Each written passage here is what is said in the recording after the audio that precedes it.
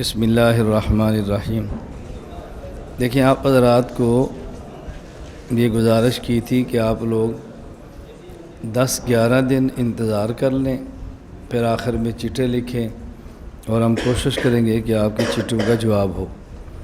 بعض ایسی چٹھیں جو ڈبل ہیں، وہی بات ایک نے، وہی دوسرے نے، وہی تیسرے نے، وہ ہر چٹ کو پڑھنے کی ضرورت نہیں ہے، اور بعض ایسی ہیں کہ جو مفید نہیں ہے کہ اس کا جواب سب کے سامنے دیں، اس لیے ہم ان کا بھی جواب نہیں دیتے۔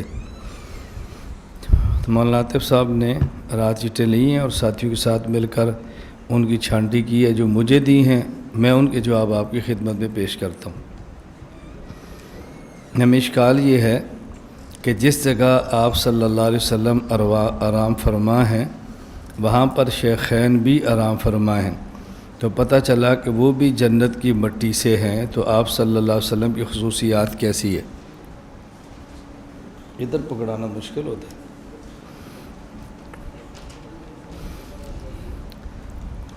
دیکھیں، ہمارا عقیدہ ہے کہ تمام انبیاء علیہ السلام معصوم ہیں۔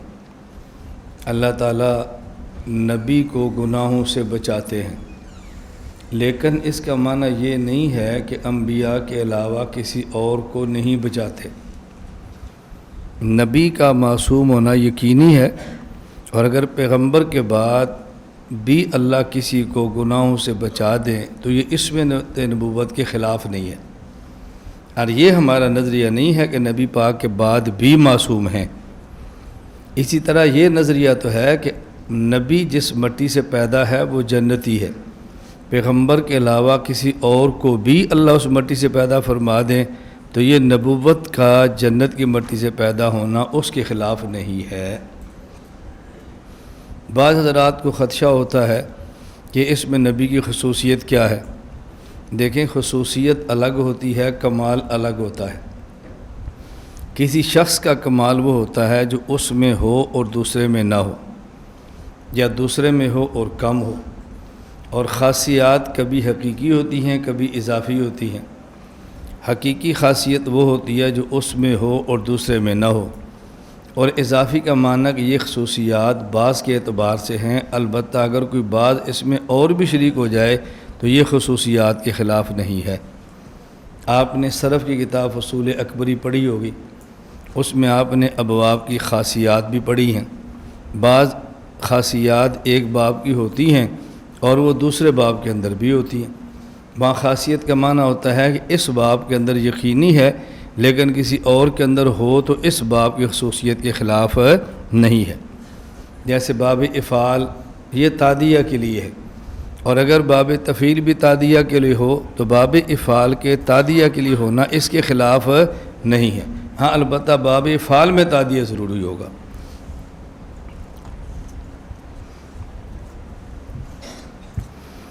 نماز کی کتاب میں وضو کی سنتیں لکھی ہوتی ہیں، اور اس میں گردن کا مسح کرنا لکھا ہے کہ یہ بھی سنت ہے، حالانکہ یہ حدیث میں تو نہیں ہے۔ وضاحت کریں، یہ نہ کہا کریں کہ حدیث میں نہیں، یہ کہا کریں کہ میرے علم کے مطابق حدیث میں نہیں۔ کسی چیز کا حدیث میں نہ ہونا اور بات ہے، اور ہمارے علم کے مطابق نہ ہونا اور بات ہے۔ میں آپ کو 12 دن کے دورے میں یہی باتیں سمجھاتا رہا ہوں جو اب بھی آپ کو سمجھ نہیں آئی۔ کوئی چیز ہمارے علم میں نہ ہو تو ہم کہتے ہیں ہے ہی نہیں۔ بھی ہمارے علم میں نہ ہونا اس چیز کے نہ ہونے کی دلیل تھوڑی ہے۔ حضرت عبداللہ بن عمر رضی اللہ تعالیٰ عنہما سے موجود ہے، اور ابن حجر اسقلانی رحمۃ اللہ علیہ کی التلخیص الحبیر کے اندر یہ حدیث موجود ہے کہ عبداللہ بن عمر رضی اللہ تعالیٰ عنہما فرماتے ہیں کہ نبی کریم صلی اللہ علیہ وسلم فرمایا، من توضأ ومسح بیدیہ علی عنقہ، جس آدمی نے وضو کیا اور پھر اپنے ہاتھوں سے اپنی گردن کا مسح کیا، وقی الغلہ یوم القیامہ، قیامت کے دن اللہ اس کی گردن کو جہنم کے طوق سے محفوظ فرما لیں گے۔ یہ حدیث ہے اور مرفوع ہے۔ ہاں، آپ کے علم میں نہیں ہے نا، اب آپ کے علم میں نہ ہونا اس بات کی علامت ہے کہ ہے ہی نہیں۔ اسی پر بعض غیر مقلدین شور بھی کرتے ہیں، اور بہت زیادہ شور کرتے ہیں کہ یہ جو اپنی گردن پہ چھری پھیرتے ہیں کسی حدیث میں نہیں ہے، اپنی گردن پیش کرو ہم چھری پھیریں۔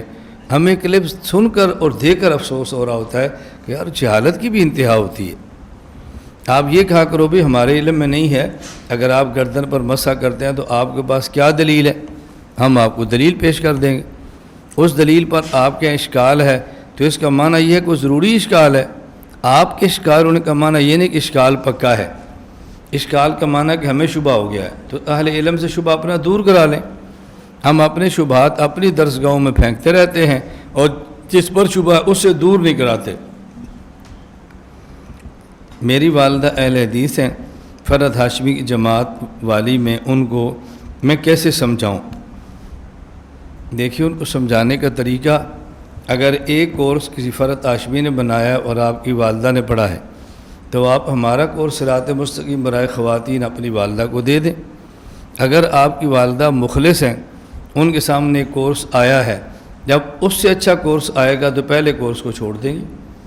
اگر وہ مخلص ہیں اور دلائل سننے کا شوق ہے تو جب اس سے بہتر دلائل سنیں گی تو چھوڑ دیں گی، اور اگر مخلص نہیں ہے، ضدی ہیں، تو پھر آپ ان کو سمجھانا چاہیں بھی تو سمجھانا آپ کے بس میں نہیں ہے۔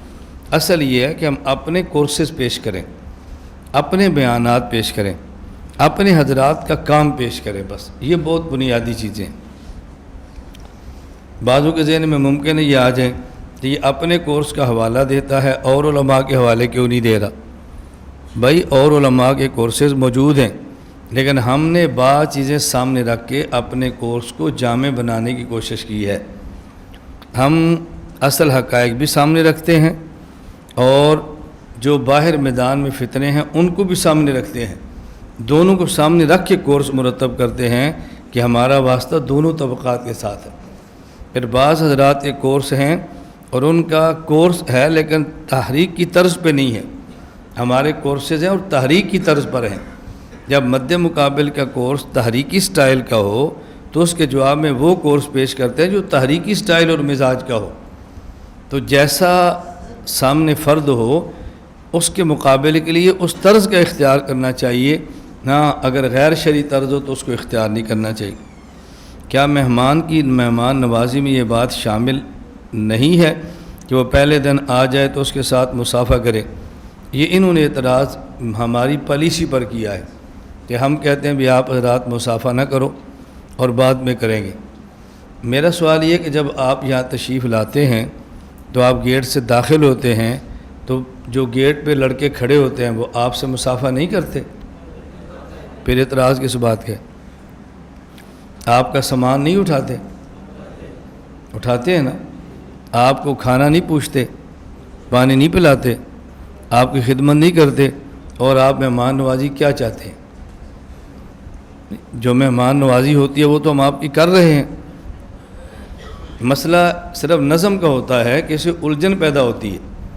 آپ میں سے کتنے لوگ ہیں، میں نے کل اعلان کیا تھا بھئی جو ملنا چاہے ملے، آپ میں سے کتنے لوگ ملنے کے لیے آئے ہیں؟ اب میں کہہ رہا ہوں ملیں، آپ تیار نہیں ہیں، اور جب میں کہہ رہا تھا نہ ملیں آپ سر پہ چڑھ رہے تھے۔ اب آپ کو سمجھ آئی کہ مہمان نوازی کا مسئلہ نہیں ہے، سلیقہ سمجھانا مقصود ہے۔ یہ میں دیانتداری سے بات کہہ رہا ہوں، میں بیٹھ کے لکھ رہا ہوں السلام علیکم، وعلیکم السلام، پھر لکھ رہا ہوں السلام علیکم، ہاتھ بڑھائیں گے۔ بھئی جب آپ کسی کام کے لیے آئے ہیں تو بیٹھ جائیں۔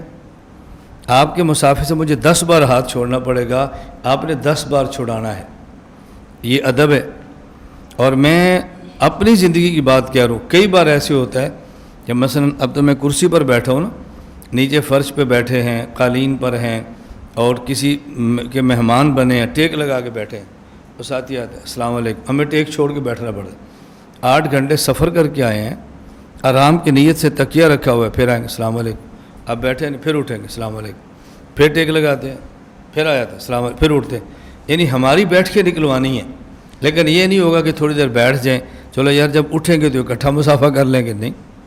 اب اگر یہ سمجھا دیں بھی راحت کا خیال کرو تو یہ سمجھ نہیں آنی بات، اور ہم یہ بات سمجھاتے ہیں کہ آپ تشریف لائے ہیں، آپ کا کرام بھی ہوگا، سبق بھی پڑھائیں گے، آپ کا مصافحہ بھی کریں گے، لیکن ہر آدمی فوری مصافحہ کی کوشش نہ کرو۔ کوئی فوری مصافحہ کرنا تو ضروری نہیں ہوتا۔ رسول اکرم صلی اللہ علیہ وسلم کے پاس وفد آیا ہے، اس میں عدی بن حاتم بھی ہیں، وہ آئے تو نبی کریم صلی اللہ علیہ وسلم سے جا کر مصافحہ نہیں کیا، انہوں نے سب سے پہلے اپنے اونٹ کو بٹھایا، پھر اس کے بعد اپنے سامان کو رکھا، پھر حضور کی خدمت میں آئے اور آ کر مصافحہ کیا، اور جو باقی تھے ان نے جو ہی اللہ کے نبی کو دیکھا تو سامان چھوڑا اور سیدھا مصافحے کی طرف دوڑے۔ تو حضور اکرم صلی اللہ علیہ وسلم نے عدی بن حاتم کی تعریف فرمائی، ان کی تعریف فرمائی۔ اور ہمارے ہاں ہوتا ہے، میں سامنے کرسی پر بیٹھا ہوں، 4 لوگ گاڑی سے اترتے ہیں، اب وہ سیدھے میری طرف دوڑتے ہیں، بھئی پہلے مصافحہ کر رہے ہیں۔ میں ان سے کہتا ہوں بھی آپ گاڑی سے اترے ہیں، استنجا کریں، وضو کریں، آرام کریں، پھر تشریف لائیں، مصافحہ کرتے ہیں، نہ آپ دوڑ رہے ہیں نہ میں دوڑ رہا ہوں۔ میں تو آپ کو وہ طریقہ بتاتا ہوں کہ جس میں سنجیدگی ہے، متانت ہے، اہل علم کا وقار ہے۔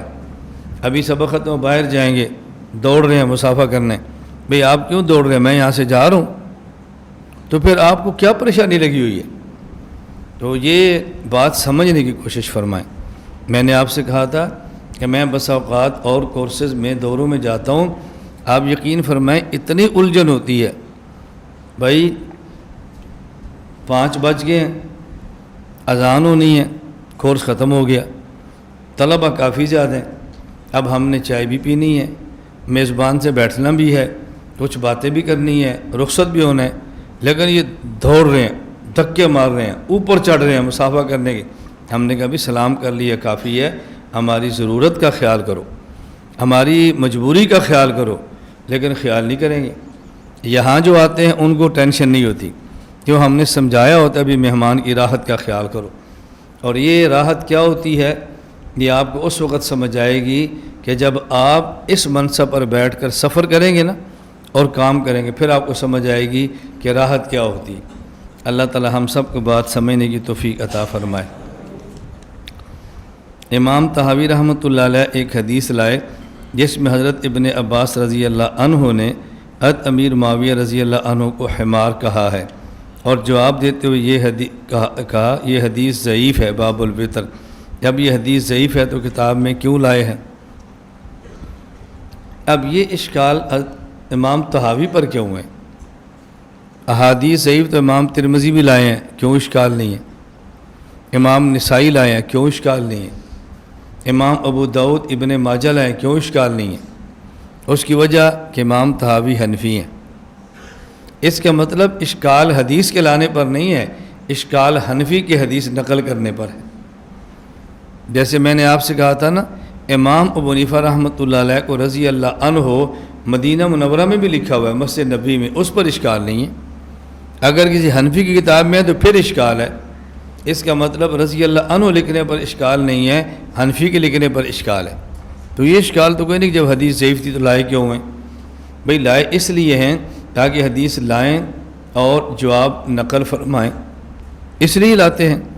اس میں اشکال کی بات کیا ہوتی ہے، یہ بات اچھی طرح سمجھنا۔ اصل میں اس کے اشکال وہ اس سے اہم ہے کہ حضرت ابن عباس رضی اللہ تعالیٰ عنہ حضرت امیر معاویہ رضی اللہ عنہ کو حمار کیوں فرما رہے ہیں؟ یہ صحابی کی توہین ہے۔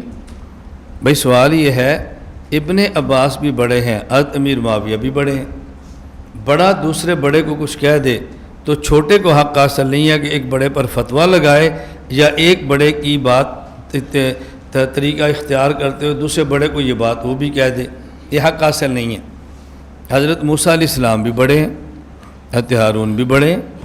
موسیٰ علیہ السلام حضرت ہارون پر اتنے غصے ہیں کہ آپ کے سر اور داڑھی مبارک کے بال پکڑ کر کھینچ رہے ہیں۔ اب اس کا کیا معنی؟ اگر کسی امتی کو بھی نبی کی بات پر اختلاف ہو جائے تو وہ بھی ایسے کرے جیسے تو موسیٰ علیہ السلام نے کیا ہے۔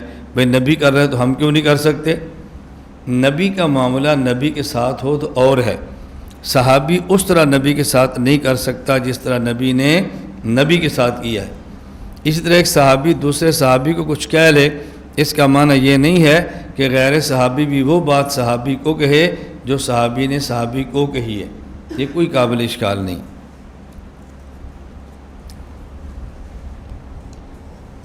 حکیم الامت حضرت تھانوی رحمۃ اللہ علیہ فرماتے ہیں کہ ایک مولوی صاحب مجھے کہتے ہیں کہ مجھ سے ایک جنٹل مین نے پوچھا کہ داڑھی کا وجوب کہاں سے ثابت ہے؟ تو میں نے کہا موسیٰ علیہ السلام نے حضرت ہارون علیہ السلام کی داڑھی پکڑی تھی، تو داڑھی تبھی پکڑتا ہے یا مٹھی ہو، اس سے ثابت ہے۔ حضرت تھانوی نے فرمایا مولوی صاحب اگر وہ جنٹل مین کہہ دیتا کہ اس سے داڑھی کا وجود ثابت ہوتا ہے، وجوب ثابت نہیں ہوتا، تو پھر آپ کیا کہتے؟ اتنے داڑھی کا وجود ثابت ہو رہا ہے، وجوب نہیں ہو رہا، پھر آپ کیا کہتے؟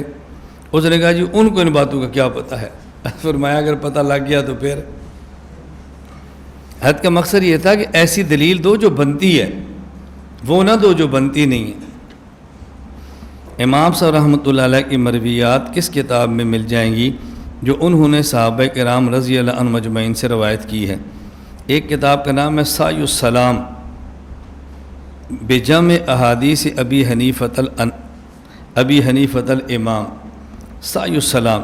دوسری کتاب ہے صفوۃ البنایہ بلقاء ابی حنیفہ رضی اللہ تعالیٰ عنہ، یا اپنا صفوۃ النیابہ بلقاء ابی حنیفہ۔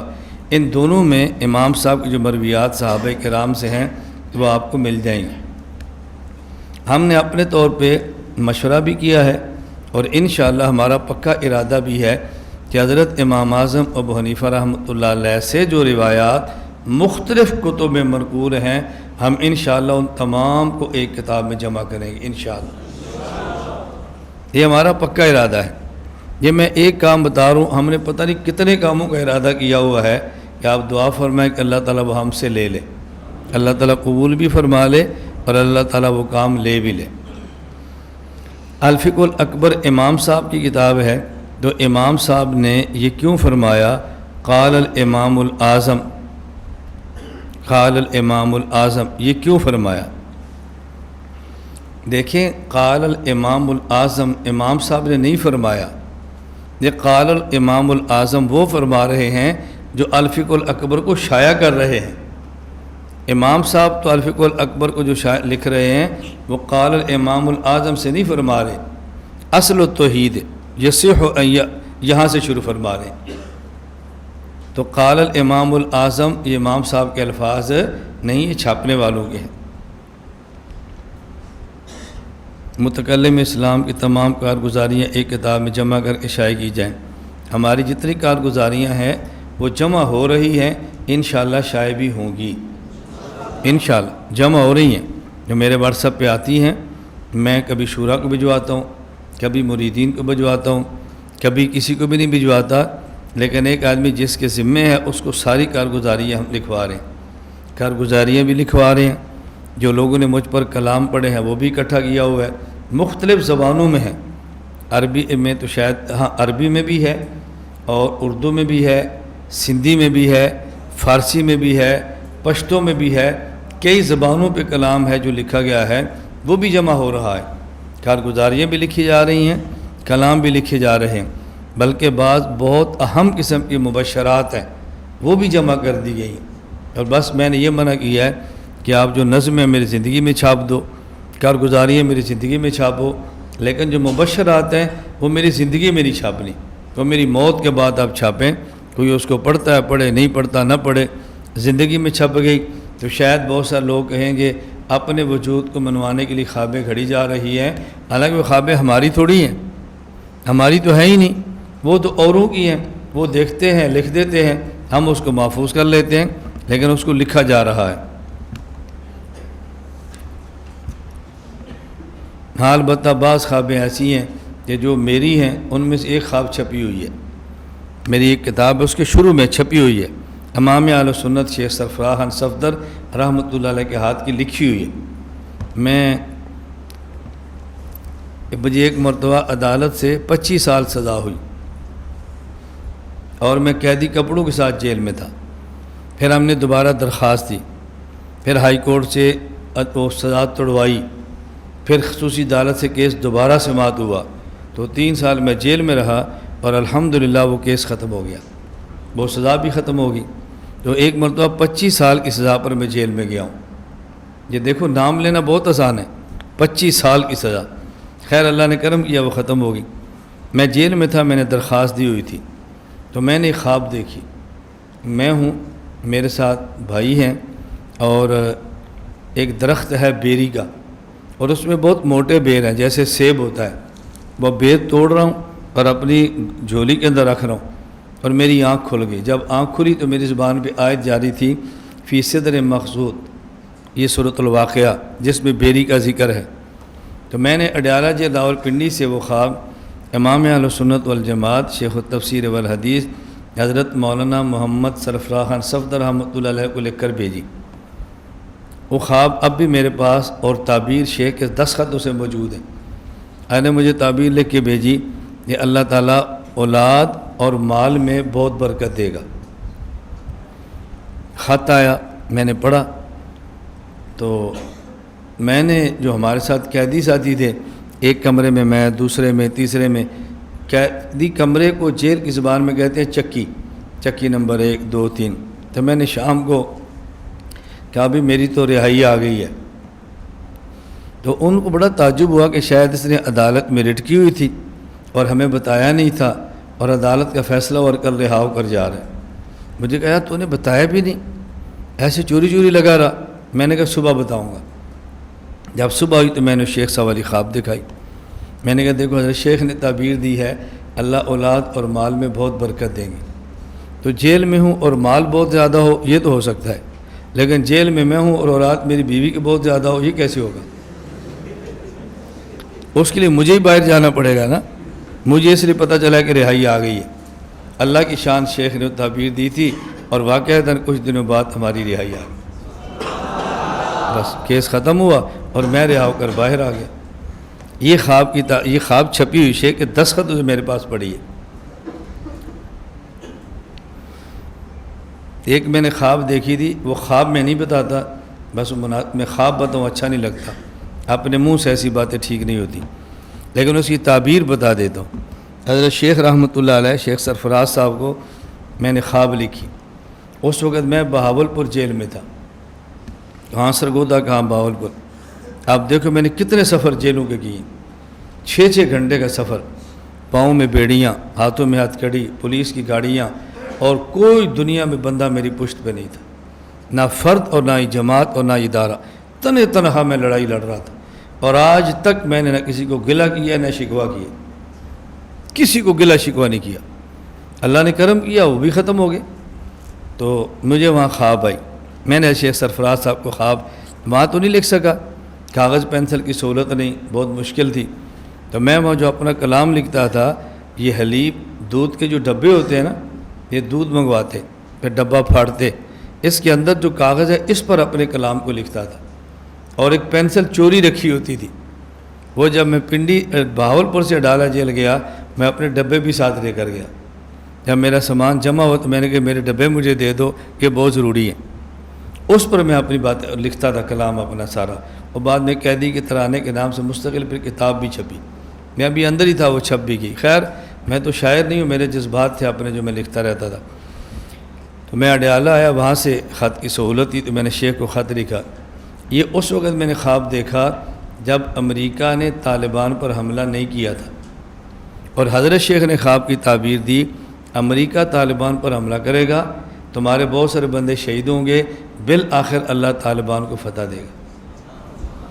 یہ میں نے اس وقت دیکھی تھی جب طالبان پر حملہ ہوا بھی نہیں تھا، اور یہ خواب میری کتاب میں چھپی ہوئی ہے، شیخ کے دستخط کے ساتھ چھپی ہوئی ہے، اور یہ خواب ہمارے پاس موجود ہے۔ مطلب یہ کوئی باکمال ہونے کی دلیل نہیں ہے، خواب تو کسی کو بھی آ سکتی ہے، وہ نیک ہو تب بھی آ سکتی ہے، نہ نیک ہو تب بھی آ سکتی ہے۔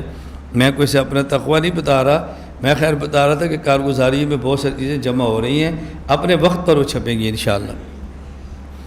پرچے پر لکھے ہوئے اذکار میں تخفیف کر سکتے ہیں یا نہیں؟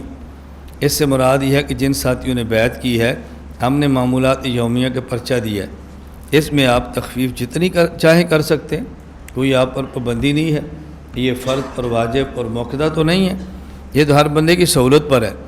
ہماری خواہش 12 تسبیحات وقت نہیں ہے، آپ 4 پڑھ لیں، جیسے صبح 4 تسبیح کا ذکر آپ نے کیا ہے، یاسین فجر کے بعد پڑھیں، سورہ واقعہ مغرب کے بعد پڑھیں، سورہ ملک عشاء کے بعد پڑھیں، اور سورہ کاف جمعہ کے دن پڑھیں۔ باقی اس میں اگر آپ وقت کم ہو یہ صورتیں تو پڑھیں، باقی اذکار بے شک مختصر کر لیں۔ کل مجھے ایک طالب علم نے بھی اثر کے بعد کہا کہ آپ سے ہم بیعت ہیں، اور اگر اذکار کریں گے تو تعلیم کا حرج ہوگا۔ میں نے کہا تعلیم کا حرج برداشت نہ کریں، اذکار کا حرج برداشت کر لیں۔ اذکار سے مراد یہ معمول کے اذکار نہ کریں، باقی نماز کے بعد تسبیحات ہے وہ پڑھ لیا کریں، سوتی دفعہ تسبیحات فاطمہ پڑھ لیا کریں، یہ صورتیں پڑھ لیا کریں، اور کچھ نہ کچھ تلاوت پابندی کے ساتھ کرتے رہیں۔ اگر موت کے بعد عذاب روح کو ہوتا ہے اور اثر جسم پر بھی تباہ آتا ہے تو سوال و جواب بھی روح سے ہونے چاہیے، تاکہ یہ اصول باقی رہے کہ موت کے بعد احوال اصالتاً روح پر آتے ہیں، اور سوال جواب کے وقت روح کا تعلق جسم سے باعتبار دخول ہوتا ہے یا باعتبار تعلق، یہ دو سوال الگ الگ ہیں۔ دیکھیں، جس طرح ثواب اور عذاب اصالتاً روح کو ہوتا ہے اور ضمناً اور طبعاً جسم کو ہوتا ہے، اسی طرح سوال اور جواب اصالتاً روح کو ہوتا ہے اور طبعاً اور ضمناً جسم سے ہوتا ہے۔ ہم صرف یہ کہنا چاہتے ہیں کہ جسم اور روح دونوں اکٹھے ہوتے ہیں، یہ نہیں ہوتا کہ جسم بغیر روح کے ہو اور روح بغیر جسم کے ہو، یہ نہیں ہوتا، دونوں سے ہوتا ہے، وہاں کے احوال بالکل الگ ہوتے ہیں۔ سوال جواب کے وقت روح کا تعلق جسم سے باعتبار دخول ہوتا ہے یا باعتبار تعلق؟ دخول تعلق یہ قسم ہے، ایک ہوتا ہے دخول، ایک ہوتا ہے تلبس۔ ہم کہتے ہیں روح کا جسم کے ساتھ تعلق ہوتا ہے، خواہ وہ تعلق دخول کا ہو، خواہ وہ تعلق تلبس کا ہو۔ خواہ روح جسم کے اندر آ جائے جیسے پہلے تھی، یہ بھی تعلق ہے، خواہ جسم کے اندر نہ آئے، ان کا آپس میں رابطہ کبھی ہو جائے جیسے کپڑے کا بدن کے ساتھ ہوتا ہے، اس کو تلبس کہتے ہیں سمجھانے کے لیے۔ تو تعلق دخول کا ہو یا تعلق تلبس کا ہو، دونوں کو اعادہ روح سے تعبیر کرتے ہیں۔ اب مسئلہ یہ ہے کہ جب آدمی فوت ہوتا ہے، روح جسم سے نکلتی ہے، پھر روح کو لٹایا جاتا ہے، کل بات آ چکی ہے، اعادۃ الروح الی الجسد فی قبرہ حق، یہ جسد بجمیع اجزائہ مجتمعۃ کانت و متفرقۃ، جسم کے تمام اجزاء سے تعلق ہوتا ہے، ہاں اجزاء اکٹھے ہوں یا اجزاء الگ الگ ہوں۔ اس کا ایک مطلب یہ بھی ہے کہ روح جسم کے اندر آ جاتی ہے، سوال و جواب ہوتے ہیں، اور اس کے بعد روح جسم سے نکل جاتی ہے۔ دنیا میں سمجھانے کے لیے ایسے کہتے ہیں جیسے آدمی سویا ہو تو روح جسم سے نکل جاتی ہے، لیکن روح کا تعلق جسم کے ساتھ بہت کبھی، اتنا کبھی ہوتا ہے کہ آنکھوں سے نظر آتا ہے، اور قبر میں روح نکل جاتی ہے، روح کا جسم سے تعلق ہوتا ہے، لیکن اتنا کمزور ہوتا ہے کہ جو دیکھنے سے نظر نہیں آتا، مشاہدہ سے محسوس نہیں ہوتا، لیکن روح اور جسم کا تعلق مضبوط ہوتا ہے۔ حدیث میں عائشہ رضی اللہ تعالیٰ عنہ نے فرمایا کہ جب حضور صلی اللہ علیہ وسلم دفن ہوئے، میں یوں ہی آتی، صدیق اکبر دفن ہوتے تب بھی، لیکن جب حضرت عمر رضی اللہ عنہ دفن ہوئے تو میں پردہ کرتی تھی۔ ایک شخص نے سوال کے جب ڈھیروں مٹی کے نیچے سے ایک شخص دیکھ سکتا ہے تو ایک کپڑے کے اوپر سے کیوں نہیں دیکھ سکتا؟ آپ نے جواب دیا۔ پہلے یہ سوال سمجھ لیں۔ امی عائشہ رضی اللہ عنہ فرماتی ہیں کہ رسول اللہ علیہ وسلم قبر میں دفن ہو گئے، میں اپنے کمرے میں جہاں حضور پاک کی قبر ہے وہاں جاتی اور پردے کا اہتمام نہیں کرتی تھی کہ آپ میرے شوہر ہیں۔ پھر حضرت صدیق اکبر فوت ہوئے، وہ دفن ہو گئے، میں پھر بھی اپنے کمرے میں جاتی جہاں 2 قبریں تھیں اور پردے کا اہتمام نہیں کرتی تھی کہ یہ میرے والد ہیں۔ فلما دفن عمر معہم، جب عمر رضی اللہ عنہ دفن ہو گئے تو پھر میں پردے کا بہت اہتمام کرتی، کیوں؟ نہ یہ میرے شوہر ہیں اور نہ یہ میرے والد ہیں، حیاء من عمر سے حیا کی وجہ سے۔ اس پر سوال کیا ہے کہ حضرت عمر رضی اللہ تعالیٰ عنہ منو مٹی کے نیچے سے حضرت عائشہ کو دیکھ سکتے ہیں تو ایک دوپٹے سے کیوں نہیں دیکھ سکتے؟ یہ سوال تھا۔ تو یہ سوال تھا، اس کا جواب میں اس کا ایک جواب دیتا ہوں جسے نقل کی ہے۔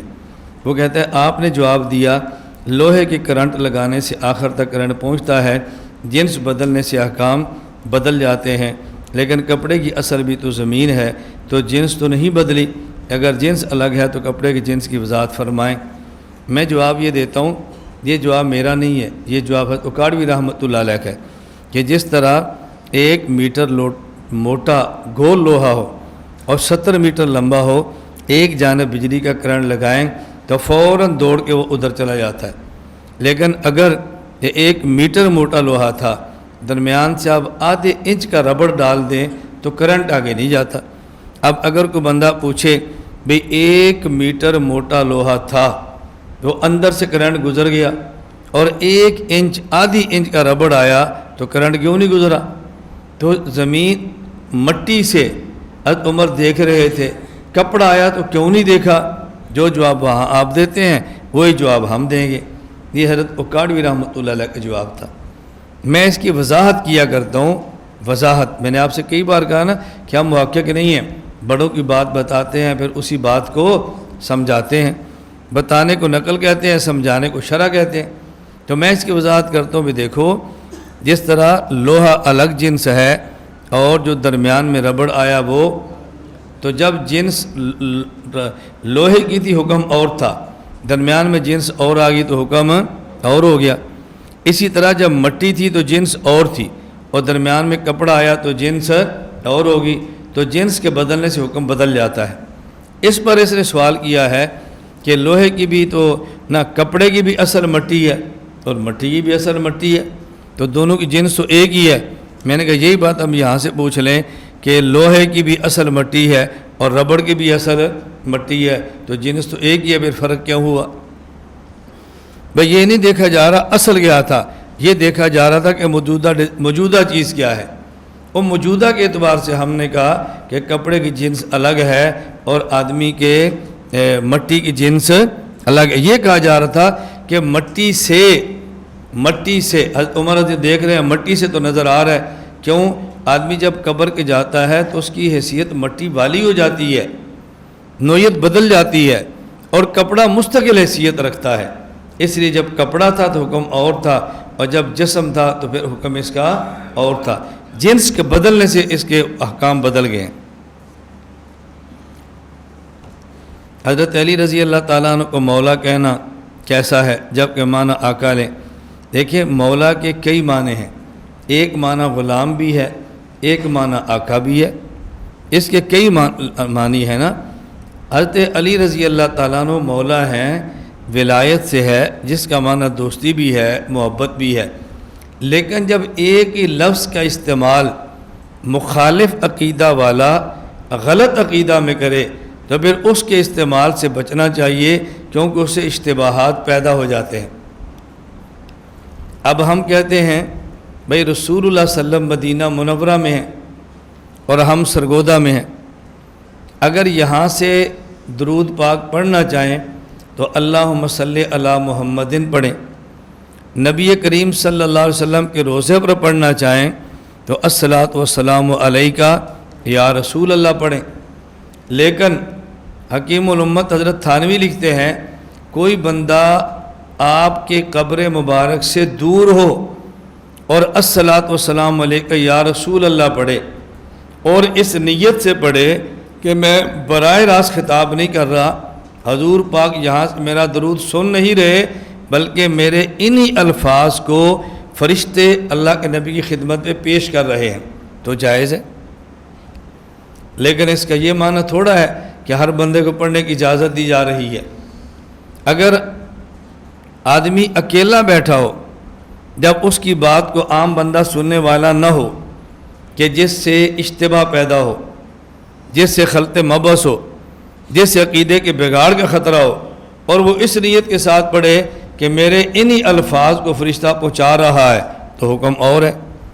اور جب وہی بات آدمی 100 بندوں کے درمیان اونچی آواز سے کہہ دے، اب بتاؤ سمجھانا کتنا مشکل ہوگا۔ اگر آپ بیٹھے ہیں، میرا بیان میڈیا پہ چل رہا ہے، اور میں یہاں سے کہہ دوں الصلاۃ والسلام علیکہ یا رسول اللہ، اور میری نیت ہو کہ حضور پاک یہاں سے نہیں سنتے، میرے یہ لفظ فرشتے پہنچا رہے ہیں، تو لوگ کہیں گے مولانا صاحب آپ کی نیت کیا ہے اور فلاں کی نیت کیا ہے، ہمیں تو نہیں پتہ، آپ بھی یوں پڑھتے ہیں وہ بھی یوں پڑھتے ہیں، آپ میں ان میں فرق کیا ہے؟ اب اشتباہ کا خطرہ ہو گیا نا۔ اب جواز کے باوجود بھی بچنا چاہیے کہ یہاں نیت نہیں دیکھتے، صراحت کو دیکھتے ہیں۔ کس کو دیکھتے ہیں؟ صراحت کو۔ کوئی آدمی اپنی بیوی سے کہے تجھے طلاق، تجھے طلاق اور تجھے طلاق، اور کہے جی میری مراد ایک تھی، یہ جو میں نے 2 مرتبہ کہا نا تجھے طلاق تجھے طلاق، یہ تو بالکل ایسے ہی ہے کہ جیسے سانپ نکل آئے تو بندہ 3 مرتبہ کہتا ہے سانپ آ گیا سانپ آ گیا سانپ آ گیا، سانپ تو ایک ہی ہوتا ہے۔ تو میرا مقصود تو تاکید تھی، حضرت عمر فرماتے تھے ہم تمہاری نیت کو نہیں دیکھیں گے، تمہارے الفاظ کو دیکھیں گے۔ اگر تمہاری نیت کو دیکھیں گے تو کسی کی نیت 3 کی ہوگی، وہ بھی بچ جائے گا کہ نہیں جی میں نے تو یوں کہا جیسے سانپ سانپ سانپ کہتے ہیں، اب شبہ سے کیسے بچیں گے؟ اب ہم تمہاری نیتیں نہیں دیکھیں گے بلکہ تمہارے الفاظ کو دیکھیں گے۔ اور یہ حضرت عمر کی بات کوئی قابل اشکال نہیں ہے۔ اگر کوئی شخص یہ کہے کہ میں نے یہ کہا کہ تجھے طلاق ہے، میری مراد وہ طلاق نہیں تھی کہ نکاح ختم ہے، میری مراد طلاق سے یہ تھی کہ تو مجھ سے کچھ وقت کے لیے الگ تھلگ ہے، کچھ وقت کے لیے۔ اب لفظ کو نہیں دیکھیں گے، صراحت کو دیکھیں گے کہ ہمارے طلاق کا معنی کیا ہوتا ہے۔ مجھے آپ کہتے ہیں سج پانی پئیں گے؟ نہیں جی میرا تو روزہ ہے۔ تھوڑی دیر بعد دیکھا میں تو شربت پی رہا تھا، پھر کہتے روزہ آپ شربت پی رہے ہیں، کیا مطلب؟ میں نے کہا نہیں میرا مقصد یہ تھا کہ تھوڑی دیر کے لیے روزہ ہے، آپ کو کہ یہ دھوکہ ہے۔ بھئی ہمارے جب کہتے ہیں نا میرا روزہ ہے، اس سے مراد تھوڑی دیر نہیں ہوتی، اس سے مراد صبح صادق سے لے کر غروب آفتاب ہوتا ہے۔ تو جب آپ کہیں نا علی مولا، اب علی مولا وہ کہہ رہے ہیں جو مولا کو خدا، علی کو خدا کہہ رہے ہیں، اس لیے آج کے دور میں یہ بات کہنا ٹھیک نہیں ہے، اس عقیدے کے اندر فساد آئے گا۔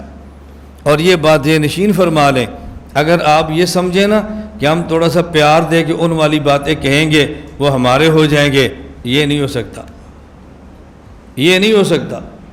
قرآن کریم میں ہے وَلَن تَرْضَىٰ عَنْكَ الْيَهُودُ وَلَا النَّصَارَىٰ حَتَّىٰ تَتَّبِعَ مِلَّتَهُمْ۔ یہ خطاب اللہ اپنے محمد نبی کو فرما رہے ہیں کہ میرا پیغمبر یہ یہود و نصارہ تب تک آپ سے راضی نہیں ہوں گے جب تک آپ الیاذ باللہ یہودی یا عیسائی نہ ہو جائیں۔ تو صرف مولا علی کہنے سے خوش ہو جائیں گے، ایسا نہیں ہوگا۔ اپنے آپ کو دھوکے کے اندر مت ڈالو، اور خود کو دھوکے میں ڈال کر امت کو دھوکے کے اندر مت ڈالو۔ اللہ ہم سب کی حفاظت فرمائے۔ اجماع کا منکر کافر ہوتا ہے۔ اگر حیات النبی صلی اللہ علیہ وسلم پر اجماع ہے تو منکر کی تکفیر کیوں نہیں؟ یہ بات اچھی طرح سمجھیں، یہ ادھوری بات نہ کیا کریں کہ اجماع کا منکر کافر ہوتا ہے۔ ایک ہوتا ہے کسی دلیل سے مسئلے کا ثابت ہونا، ایک ہوتا ہے کسی دلیل سے مسئلے کا کسی حیثیت سے ثابت ہونا، دو باتیں الگ ہیں۔ ایک ہوتا ہے ثبوت اور ایک ہوتا ہے ثبوت کی حیثیت۔ اب دیکھو قرآن کریم دلیل قطعی ہے، اور قرآن کریم کا انکار کرے تو بندہ مسلمان نہیں ہوتا۔ لیکن قرآن کریم سے جو مسئلہ ثابت ہے یہ دیکھنا پڑے گا مسئلہ کس حیثیت سے ثابت ہے۔ اس حیثیت سے ثبوت کا انکار کریں گے تو حکم اور ہوگا، اور صرف انکار کریں گے تو حکم اور ہوگا۔ قرآن کریم سے ثابت ہے کیا اقیم الصلاۃ، نماز پڑھو، کوئی بندہ نماز کو نہ مانے تو وہ کافر ہے۔ قرآن کریم سے ثابت ہے وَإِذَا حَلَلْتُمْ فَاصْطَادُوا، حلال ہو جاؤ تو شکار کرو۔ اب شکار کرنا فرض ہے، وہ بھی امر ہے، یہ بھی امر ہے، قرآن کریم بھی ہے، امر بھی ہے۔ تو ایک کی فرضیت کا انکار کرے تو غیر مسلم، اور ایک کی فرضیت کا انکار کرے تو کچھ بھی نہیں ہوتا۔ کچھ بھی نہیں ہونے کا معنی وہ فرض ہے ہی نہیں، تو فرضیت کا انکار کرے گے تو کیا ہوگا؟ اب مسئلہ یہ ہے قرآن کریم سے جو مسئلہ ثابت بطور فرض ہے اس کو بطور فرض مانے، انکار کریں گے تو مسلمان نہیں ہوں گے۔ اور جو مسئلہ ثابت ہے لیکن فرض کی حیثیت نہیں، مستحب یا مباح کی حیثیت سے، اس کا اگر انکار کریں گے، اب اس آیت کا انکار کریں گے تو بندہ مسلمان نہیں رہے گا۔ آیت کا انکار کریں گے تو مسلمان نہیں ہوگا۔ لیکن جو حیثیت سے ثابت ہو رہا ہے نا، اب یہ حیثیت اجتہادی ہے، یہ حیثیت منصوص نہیں ہے۔ ایک بندہ کہتا ہے جی میں تو واجب سمجھتا ہوں، میری دلیل یہ ہے، دوسرا کہتا ہے میں مباح سمجھتا ہوں، میری دلیل یہ ہے۔ تو دیکھنا ہے کس حیثیت سے ثابت ہے۔ اسی طرح حیات النبی صلی اللہ علیہ وسلم ثابت ہے امت کے اجماع سے، لیکن امت کا اجماع حیات النبی پر یوں نہیں ہے کہ جو حیات النبی مانے گا مسلمان، نہیں مانے گا تو کافر۔ ثابت ہے کہ اللہ کے نبی قبر میں زندہ ہیں، جو مانے گا اہل السنت، جو نہیں مانے گا اہل بدعت۔ اب صرف حیات النبی ثابت نہیں ہے بلکہ حیات النبی ثابت ہے درجہ اہل و سنت میں اگر کوئی شخص آیات النبی فی القبر کا انکار کرے گا تو وہ کافر نہیں ہوگا، ہاں اہل و سنت نہیں رہے گا۔ اہل و سنت یہ دیکھنا ہے کہ ثابت کس حیثیت ہے، جس حیثیت سے ثابت ہے اسی حیثیت سے ماننا ہے، وہ چھوڑ دیں گے تو اسی حیثیت کا فتویٰ لگ جائے گا۔ بات سمجھ آ گئی؟ تراوی 20 رکعت ہے، اجماع ہے۔ تراوی 20 رکعت ہے، اجماع ہے۔ کیا اجماع ہے؟ 20 رکعت پڑھنا فرض ہے، یہ سب اجماع ہے۔ اجماع کس بات پر ہے؟ 20 رکعت سنت ہے۔ اب اگر کوئی 20 رکعت نہیں مانتا تو وہ فرض کا انکار کر رہا ہے سنت ہونے کا، تو جب انکار سنت ہونے کا کر رہا ہے تو کافر ہوگا یا اہل بدعت؟ اہل بدعت ہوگا، کافر کیوں ہوگا؟ میں نے اس لیے آپ سے کہا تھا کہ ان باتوں کو سمجھنا بہت ضروری ہے۔ اب دیکھو جب یہ تنقیحات ہو جائیں، الجھن رہ جاتی ہے، اب ایمان کے ساتھ بتاؤ کہ میں منکرین حیات النبی صلی اللہ علیہ وسلم فی القبر کو کافر کہہ رہا ہوں یا مسلمان؟ تو ہمارے بارے میں یہ کہنا کہ یہ کافر کہتے ہیں کتنا بڑا دھوکہ ہے۔ اور ادھر ایک طبقہ ہے جو کافر کہہ رہا ہے قائلین کو، ہم منکر کو کافر نہیں کہہ رہے، تو ہم دونوں کو ایک ہی پلڑے میں تول دینا کتنی بڑی ناانصافی ہے کہ دونوں ایک جیسے ہیں، وہ جو دونوں ایک جیسے ہیں۔ دورہ تحقیق المسائل میں بنات کی بھی کوئی ترتیب ہے، صرف بنین کی ہے۔ دورہ تحقیق المسائل جس طرح علماء کے لیے ہے اسی طرح عالمات کے لیے بھی ہے، جس طرح طلباء کے لیے ہے اسی طرح طالبات کے لیے بھی ہے۔ دونوں میں فرق صرف اتنا ہے کہ طلباء کے لیے کسی درجے کی کوئی شرط نہیں ہے، عالم ہو غیر عالم ہو، درجہ اولیٰ کا ہو یا دورہ حدیث کا ہو، لیکن جو بچیاں آتی ہیں ان کے لیے شرط ہے کہ ان نے دورہ حدیث کیا ہو یا دورہ حدیث کر رہی ہوں۔ اس کی وجہ عام ان مسائل سے ان کا واسطہ نہیں پڑتا، دوسرا وہ سامنے نہیں بیٹھی ہوتی، پوری بات کھلتی نہیں ہے۔ ایک تو انہیں پردے میں رہنا ہے، لاؤڈ سپیکر پہ سننا ہے، واسطہ ان کا پڑھنا نہیں ہے، بحث علمی ہوتی ہیں، براہ راست استفادہ کرنا مشکل ہوتا ہے، تو ہم شرط لگاتے ہیں بھی عالمہ ہو یا دورہ حدیث کیا ہو یا کر رہی ہو۔ اور اب بھی ہمارے اس دورہ تحقیق المسائل میں تقریباً 85 کے قریب بچیاں اب بھی شریک ہیں، تقریباً 85 قریب اب بھی شریک ہیں۔ اور جس قدر پردے کے اہتمام کے ساتھ یہاں دورہ یا دیگر اسباق ہوتے ہیں، میں نہیں کہتا اور مدارس میں نہیں ہوگا، لیکن کہیں کہیں ہوگا، کہیں کہیں ہوگا۔ ابھی تک تو ہمارے ہاں لاؤڈ سپیکر پر بھی درجہ کتب میں کسی استاد کا سبق نہیں ہے، شاید مجبوری بن جائے تو ہم نہیں کہتے کل کو رکھنا پڑے۔ ہم نے دراسات شروع کیا تو ہمارے گھر والے بھی تھے اور بھی معلمات تھیں، تو انہوں نے کہا جی ہماری صرف اپنی کمزور ہے، بچیوں کیسے پڑھائیں، نب ہماری اپنی کمزور ہے، ان کو کیسے پڑھائیں۔ تو میں نے کہا آپ ان کو سرب ایک بار پڑھا دیں، جب مکمل ہوگی تو پھر دیکھیں گے۔ تو ان کو سرب بھی گھر والوں نے پڑھا دی، نحو بھی پڑھا دی۔ جب مکمل ہوگی کہا جی اب کیا کریں؟ میں نے کہا اب جن بچیوں نے یا معلمات نے پڑھایا یا مزید پڑھنا چاہتی ہیں وہ ساری بیٹھ کے پڑھیں، اور ایک ہفتے میں نحو پڑھاؤں گا، ایک میں صرف۔ تو میں نے ایک ہفتے میں پوری علم صرف پڑھا دی، ایک میں پوری علم نحو پڑھا دی، لیکن پڑھائی ایسے کہ ادھر بچیاں استانیہ پڑھ رہی تھیں اور گھر والے میرے ساتھ بیٹھ کے سبق پڑھتے تھے۔ اس سے زیادہ ہم اہتمام کیا کر سکتے ہیں بتائیں؟ اس سے زیادہ تو اہتمام نہیں ہو سکتا، اور ہم کیا کریں؟ بہرحال بچیوں کے لیے بھی ہے۔ استاد جی گومن صاحب خود مناظرہ کیوں نہیں کرتے، دوسروں کو آگے کیوں کرتے ہیں؟ میں نہ خود کرتا ہوں نہ دوسروں کو آگے کرتا ہوں۔ تمہیں کس نے کہا دوسروں کو؟ میں تو دوسروں کو بھی آگے نہیں کرتا۔ جو کام میں نے خود نہیں کرنا میں دوسروں کو کیوں کہوں؟ اور جو خود کرنا ہے اور کر سکتا ہوں تو دوسروں سے کیوں کراؤں؟ تو یہ باتیں صرف پروپیگنڈا ہیں جس کی کوئی اور حقیقت نہیں ہے۔ میں یہ بات آپ کو تفصیل سے سمجھا چکا ہوں کہ احقاق حق اور ابطال باطل کے لیے ہمارا طرز دلائل والا ہے، نمبر 1، نمبر 2 دعوت والا ہے، نمبر 3 واضح و نصیحت والا ہے۔ ہمارا طرز واعظانہ ہے، ناصحانہ ہے، عالمانہ ہے، مبلغانہ ہے، داعیانہ ہے، مناظرانہ نہیں ہے۔ اس لیے میں خود نہیں جاتا، کسی اور کو کیوں بھیجوں گا؟ ہاں جب کسی کا گزارا ہی نہ ہو وہ اچھلتے پھریں اور بغیر مناظرے کے ان کو سکون نہ آئے، تو پھر میں کہتا ہوں کہ جب ڈسپلین سے درد ٹھیک ہوتی ہے تو انجیکشن کی ضرورت کیا ہے؟ تو ہم پھر ڈسپلین بھیج دیتے ہیں۔ آپ لوگ کہتے ہیں انجیکشن کیوں نہیں لگ رہا؟ ہم نے کہا ڈسپلین ہی کافی ہے۔ جب تھوڑے خرچ سے کام ہوتا ہو تو بڑے خرچ کی کیا ضرورت ہے؟ تو ہمارا طرز یہ نہیں ہے، اور یہ بات اچھی طرح سمجھو۔ میں آپ کی خاطر یہ بات بڑی تفصیل سے عرض کر رہا ہوں۔ یہ ہم کام کیوں نہیں کرتے، اس کی وجہ کیا ہے؟ بلوچستان ڈیرہ بگٹی ایک بریلوی عالم گئے اور انہوں نے وہاں پہ بیان بھی کیا، عبارات اکابر پہ چیلنج بھی کیا۔ وہ ڈیرہ بگٹی کے علماء صادق آباد، یہ مفتی ابراہیم، ان کے پاس گئے اور ان سے جا کر کہا کہ جی ہمیں اس موضوع پر مناظر چاہیے۔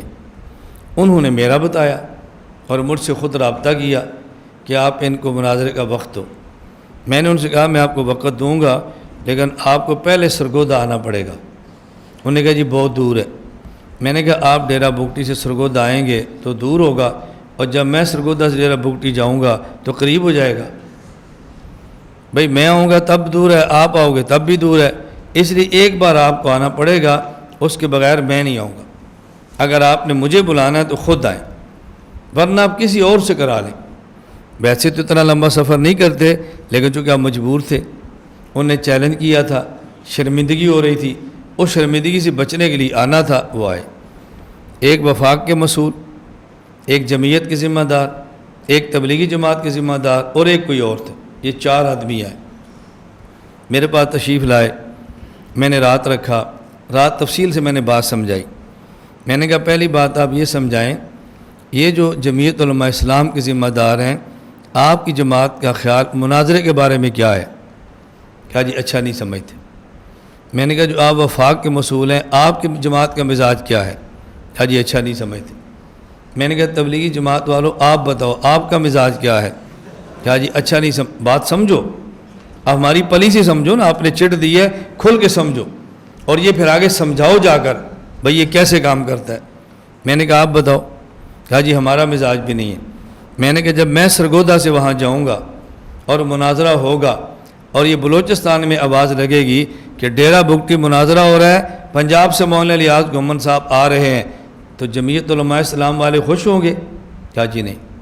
میں نے کہا میرے خلاف منفی فضا بنے گی کہ جو پنجاب کی شرارتیں تھیں یہ ڈیرہ بگٹی میں لا رہا ہے۔ وفاق والے خوش ہوں گے؟ کہا جی نہیں۔ میں نے کہا تبلیغ والے خوش ہوں گے؟ کہا جی نہیں۔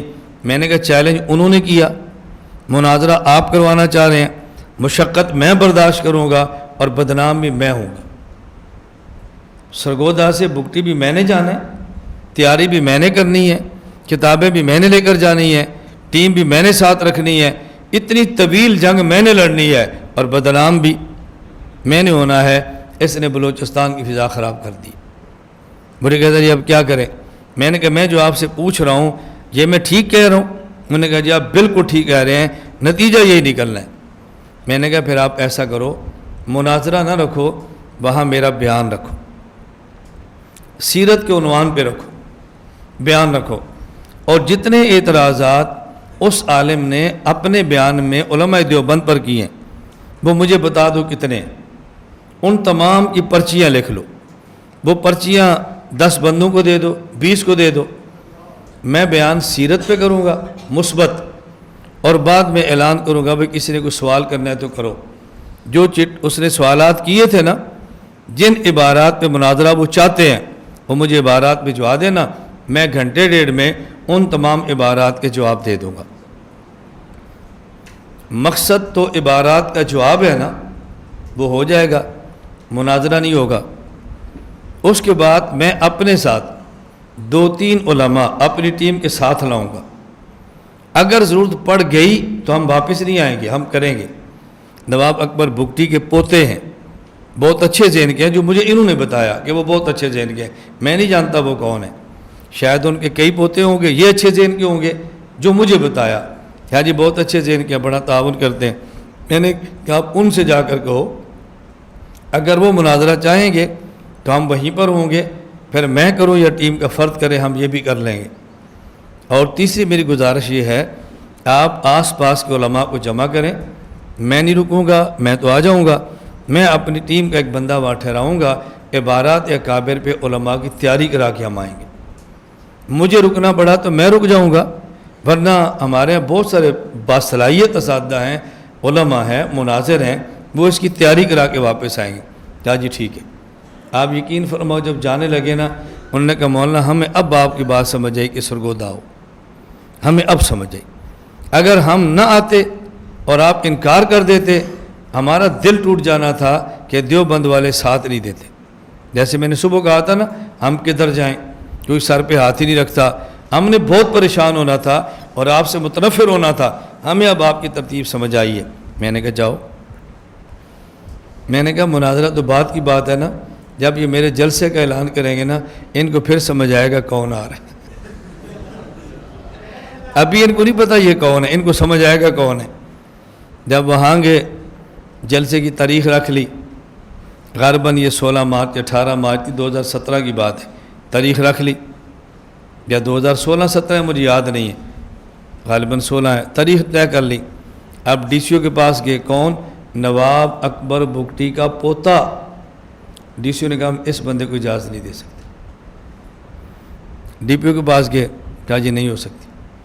پھر یہ وہاں رینجر کے افسر کے پاس گئے، وہ رینجر کا افسر میرے گاؤں کا ہے، وہ کرنل صاحب ہمارے گاؤں کے ہیں۔ انہوں نے کہا ہم مولانا کا بہت احترام کرتے ہیں، ہمارے بزرگ ہیں، لیکن یہاں جلسے کی اجازت ان کو نہیں دے سکتے۔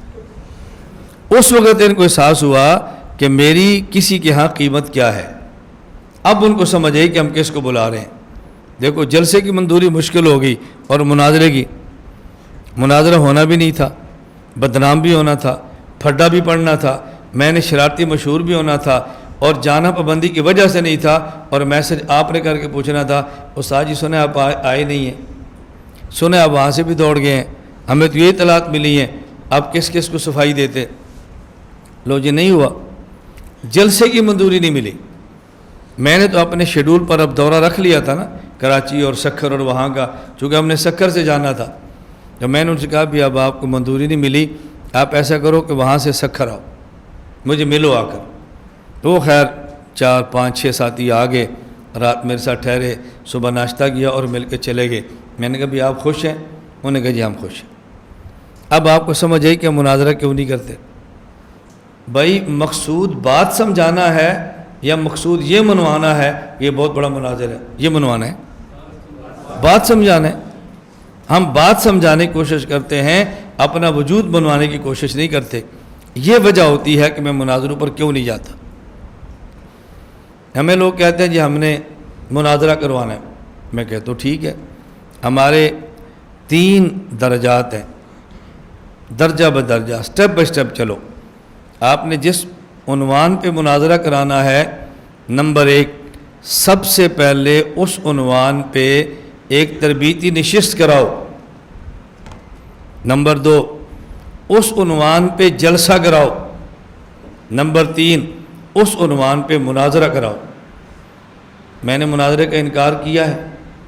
انکار نہیں کر رہا، میں کہہ لوں پہلے اس عنوان پہ تربیتی نشست، پھر اس عنوان پہ جلسہ، پھر اس عنوان پہ آپ کہتے نہیں مناظرہ۔ ادھر آپ کہہ رہے ہیں مناظرہ آخری آپشن ہے، اور آپ کہہ رہے ہیں آخری آپشن پہ لاؤ۔ ہم نے کبھی مریض کو پہلے دوا دیتے ہیں، نہیں ٹھیک انجیکشن لگاتے ہیں، نہیں ٹھیک آپریشن کرتے ہیں۔ نہیں، ہم نے تو آپریشن ہی کرانا ہے، کوئی بھی ایسے نہیں کرتا۔ دنیا میں ہر بندے خواہش ہوتی ہے آپریشن نہ ہو، مریض ویسے ٹھیک ہو، اور ہم جو جذباتی لوگ ہیں ہم کہتے ہیں نہیں شروع ہی آپریشن سے کرو۔ میں کہتا ہوں بھی نہیں، میں دیکھو میں انسان ہی رہا، میں تمہیں باتیں سمجھا رہا ہوں، اب اس پالیسی کو سمجھو۔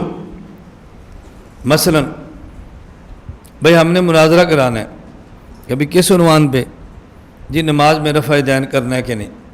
ہم نے کہا پہلے تربیتی نشست کراؤ۔ یہ ہم کیوں کہتے ہیں؟ پہلی بات ہم کیوں کہتے ہیں تربیتی نشست کراؤ؟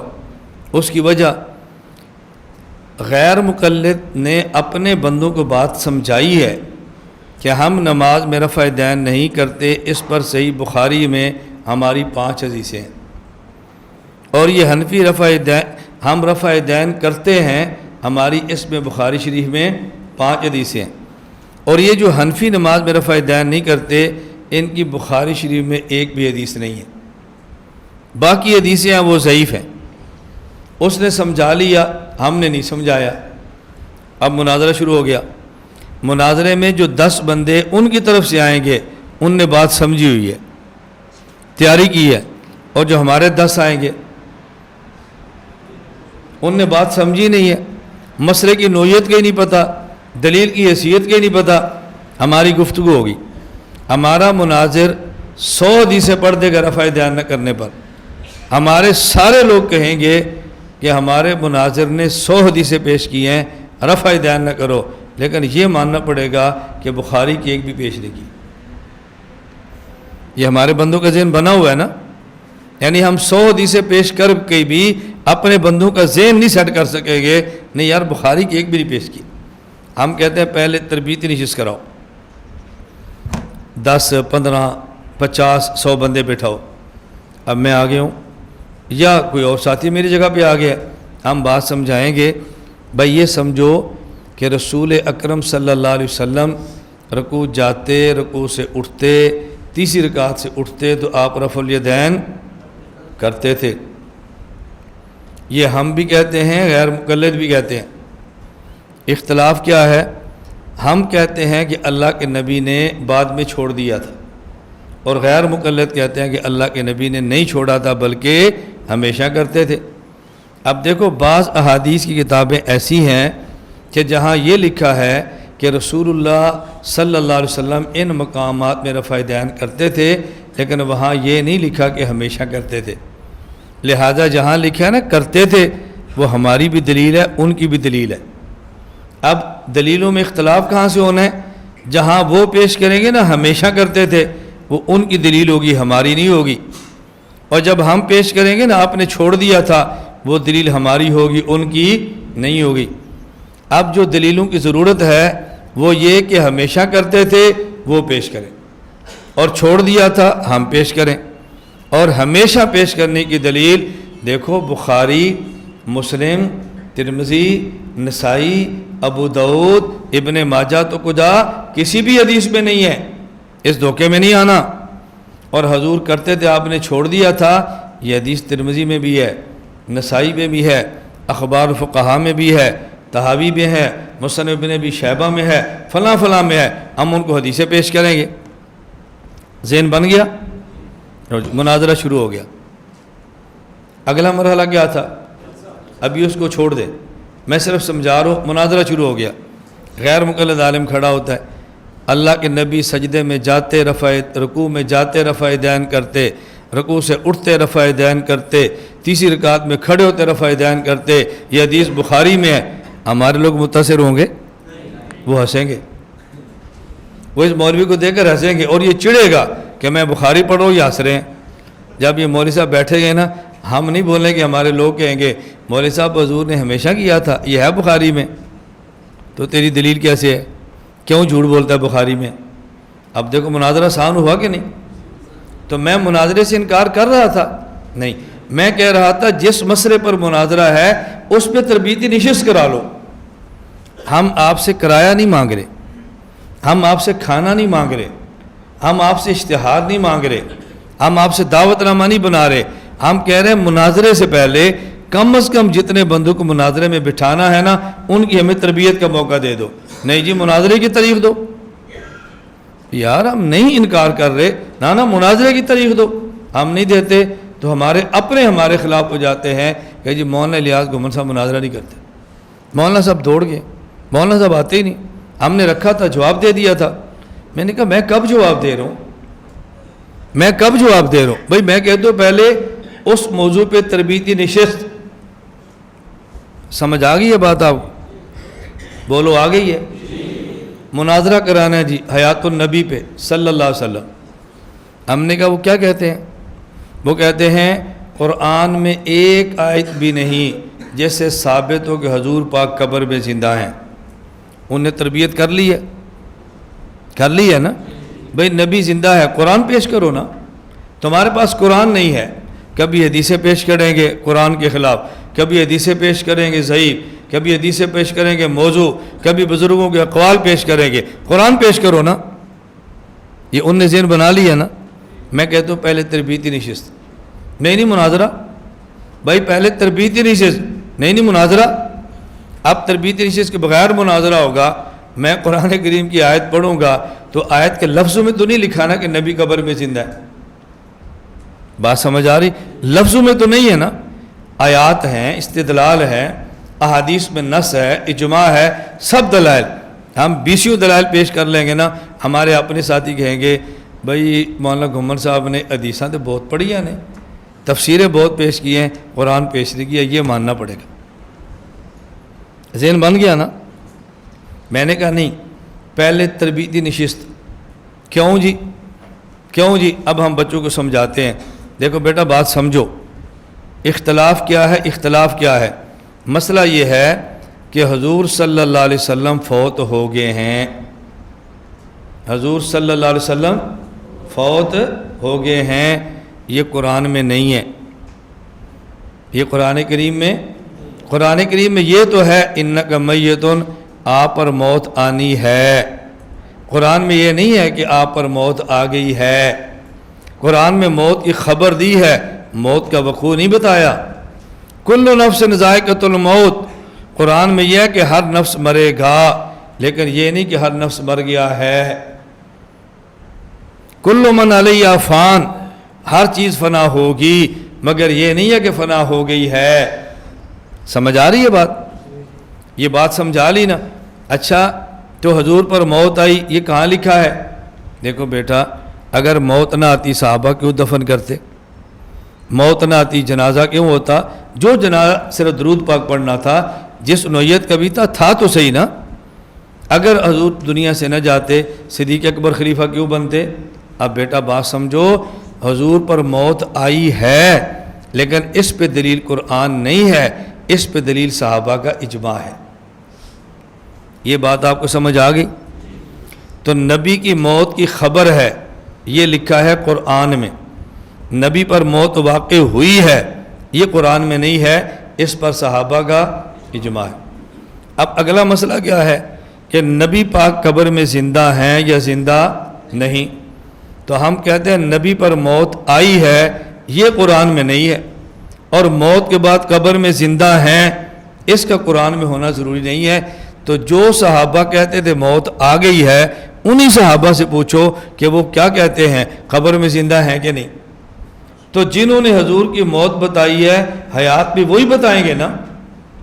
آپ کہتے ہیں موت آئی ہے، یہ تو بتاتے ہیں صحابہ، اور زندگی ملی ہے، یہ ثابت کرو قرآن سے۔ بھائی جس دلیل سے موت ثابت ہوگی وقوع، اسی دلیل سے حیات بھی ثابت ہوگی۔ تو یہ موت ثابت کرتے ہیں صحابہ سے اور حیات پہ مانگتے ہیں قرآن۔ بیٹا بتاؤ دھوکہ ہے کہ نہیں؟ آگی سمجھ؟ لو جی مناظرہ شروع ہو گیا۔ اب وہ آیتیں پڑھتا ہے، انک میتن کل نفس ذائقۃ الموت اللہ یتوفی الانفس حین موتها کل من علیہ فان، پوری 70 آیتیں پڑھ دے گا۔ یہ لڑکے متاثر ہوں گے؟ وہ آیتیں پڑھے گے، لڑکے ہنسے گے، اس کو غصہ چڑھے گا، میں قرآن پڑھتا ہوں ہنس رہے ہیں۔ وہ کہتے ہیں تیرے قرآن پڑھنے پہ نہیں ہنستے، تیرے قرآن کے غلط مطلب پہ ہنستے ہیں۔ قرآن سن کر ہنسنا تو شاید کفر ہو جائے اعوذ باللہ، لیکن جب قرآن کی غلط تفسیر کریں اس پر تو ہنسنا کیا، پتہ نہیں کیا کچھ اس کے ساتھ کرنا چاہیے۔ یہ تو شکر کر صرف ہنس رہے ہیں۔ اب 70 آیتیں پڑھ کے بیٹھ گیا، ابھی اس نے 1800 حدیثیں پڑھنی ہیں۔ 70 آیتیں پڑھ کے بیٹھ کے ابھی 1800 حدیثیں اب بیٹھ گیا۔ ہمیں کہتا ہے جی کوئی آیت آپ بھی پڑھو۔ میں نہیں بولوں گا، لڑکے بولیں گے مولانا صاحب آپ نے کون سی پڑھی ہے؟ 70 کسی میں ہے حضور پر موت آئی ہے؟ نہیں، تو نے آیت کون سی پڑھی ہے؟ کھڑا ہو کوئی اور آیت پڑھ۔ مناظرہ ٹھیک ہو رہا ہے کہ نہیں ہو رہا؟ یہ کب ٹھیک ہوگا؟ یہ میرا جھگڑا ہے۔ ہم سے کوئی بندہ حیات النبی پر تربیت کروانے کے لیے تیار نہیں ہے، مناظرے کے لیے تیار بیٹھے ہوئے۔ انہوں نے تربیت کی ہوئی ہے اور ہمیں کہہ رہے ہیں مناظرہ۔ اب میرے بتاؤ جو تربیت میں کروں گا یہ سٹیج سجا کے کروں گا یا بند کمرے میں؟ جی تو ہمارے سارے کابر کہتے ہیں نا یہ درسگاہ کا مسئلہ ہے، تو میں کہاں سمجھا رہا ہوں؟ تو مجھے کیوں نہیں سمجھانے دیتے؟ مجھے کیوں نہیں سمجھانے دیتے؟ ادھر آپ کہتے ہیں درسگاہ کا مسئلہ ہے. مثلا میں ابھی کراچی چلا جاؤں، کسی مسئلے میں حیات النبی چھیڑ دوں، جلسے میں یا مدرسے میں؟ مدرسے میں. میں پشاور جاتا ہوں، مولانا صاحب طلب میں بیان کر دیں، میں حیات النبی چھیڑ دیتا ہوں، یہ جلسہ ہے یا درسگاہ ہے؟ کیا ضرورت ہے اس کے؟ کیوں چھیڑا ہے؟ آپ تو خود ہی فرما رہے تھے یہ درسگاہ کا مسئلہ ہے. اب میں نے درسگاہ میں چھیڑا ہے، اب آپ سے کیوں ہضم نہیں ہو رہا؟ نہیں، اب کیوں نہیں ہضم ہو رہا؟ کیا ضرورت تھی؟ تم تو خود کہہ رہے تھے بھائی عوام میں نہ بیان کیا کرو، درسگاہ میں کیا کرو. اب میں نے پشاور عوام میں، کراچی عوام میں نہیں، کراچی کے مدرسے کے درسگاہ میں پڑھایا ہے. اب کیا اشکال ہے تمہیں؟ اب کیوں نہیں پڑھانے دیتے؟ اس کا مطلب نہ عوام سے ہے نہ درسگاہ سے ہے، مجھ سے تکلیف ہے، مجھ سے. اس کو لوگ کیوں سن رہے ہیں؟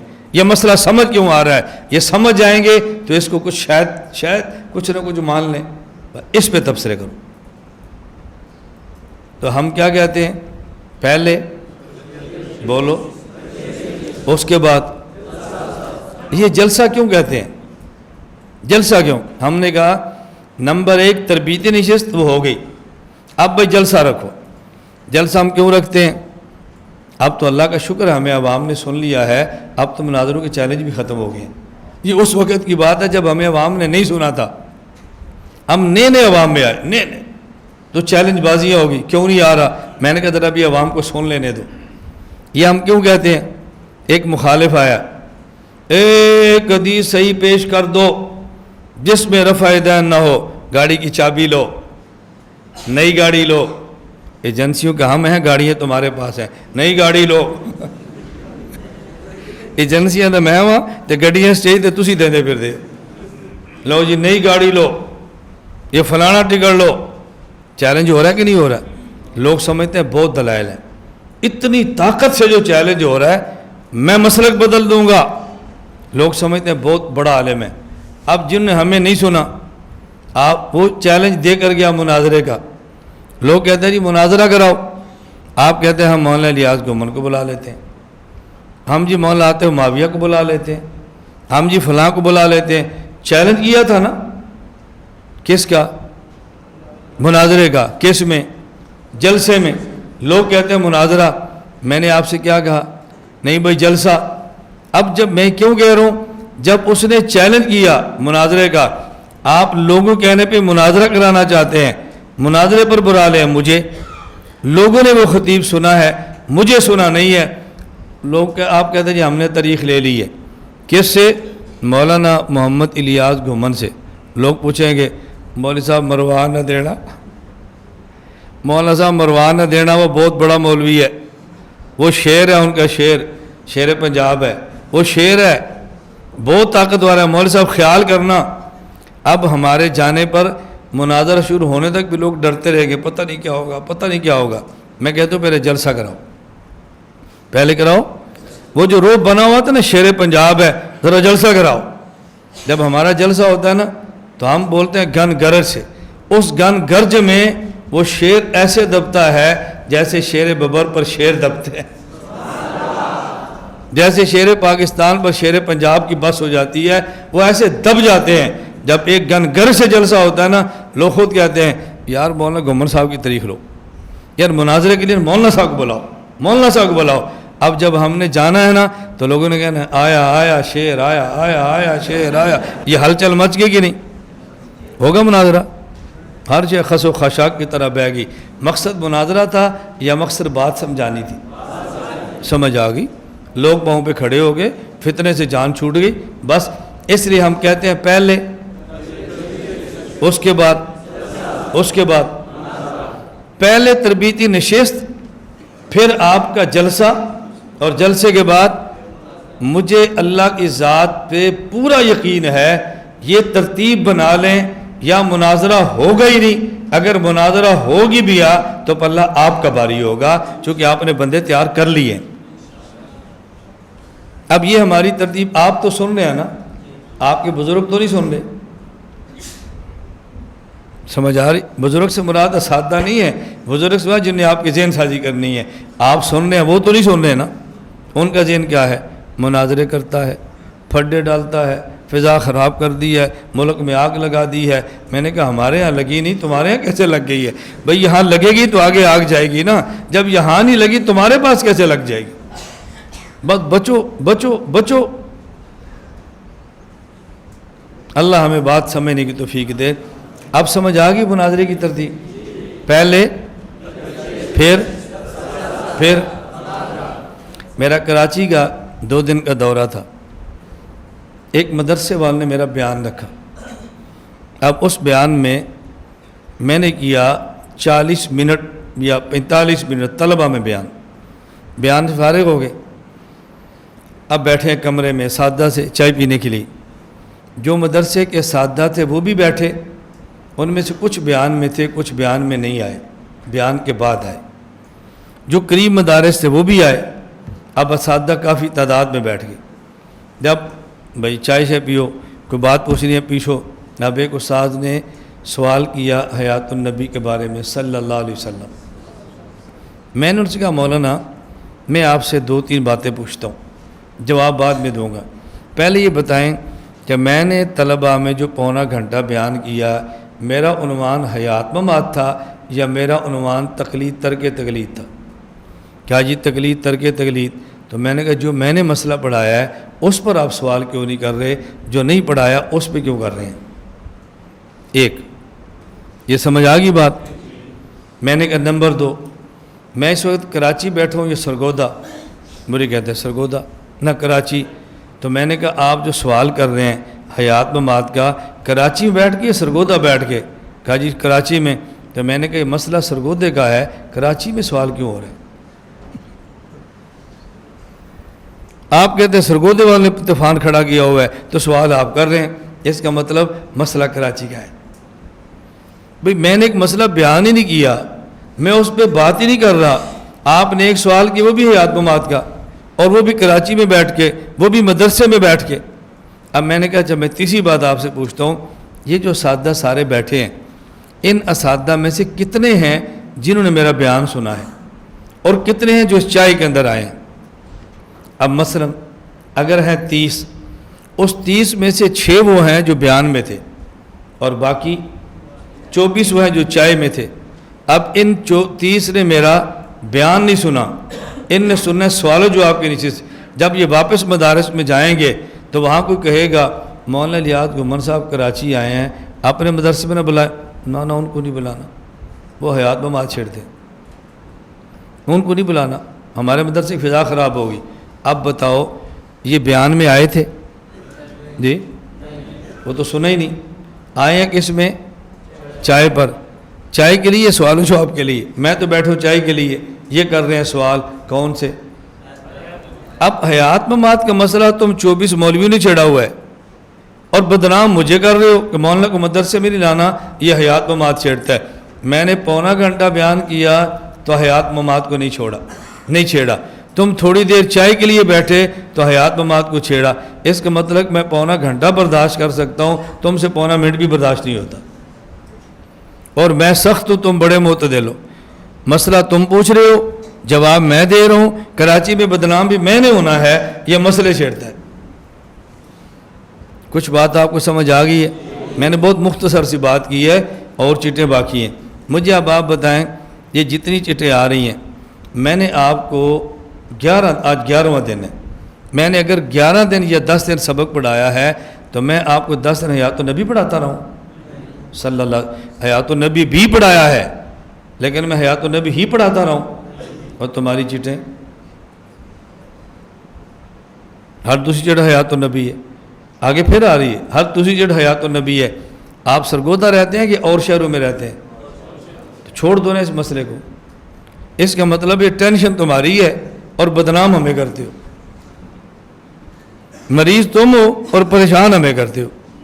یہ مرض آپ کا علاج ہم کرتے ہیں، آپ کہتے ہیں بیماری پھیلا رہا ہے۔ اگر کہنا بھی ہے تو یہ کہو پوری دنیا سے بیماریاں کٹھی ہو کر مرکز جاتی ہیں اور وہاں سے شفا ہو کر واپس آ جاتی ہیں۔